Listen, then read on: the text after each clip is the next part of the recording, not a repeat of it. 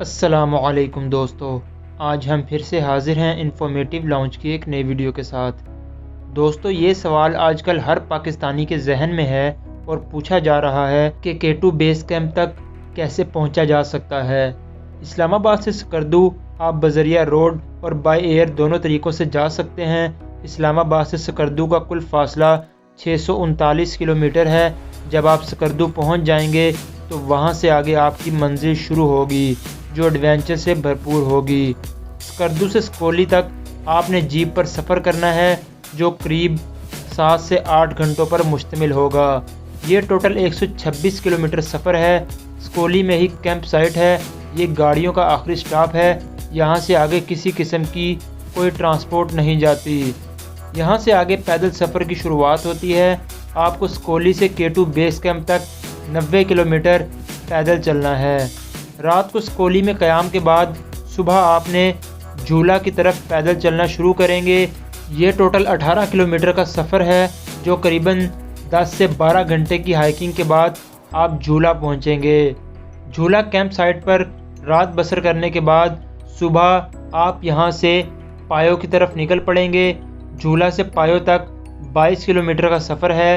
دن بھر ہائیکنگ کے بعد 8 سے 10 گھنٹوں کی مسافت کے بعد پایو کیمپ سائٹ پہنچیں گے۔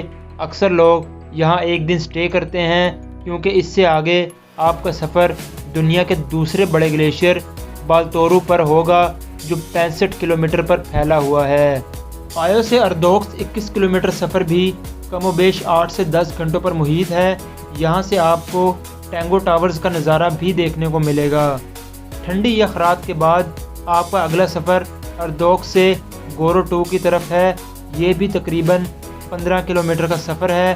یہ سفر کرنے کے بعد آپ منزل مقصود کے قریب پہنچ چکے ہیں۔ اس کے بعد آپ نے گورو 2 سے لے کر کنکورڈیا کی طرف اپنا سفر جاری رکھنا ہے جو تقریباً 12 کلومیٹر پر محیط ہے۔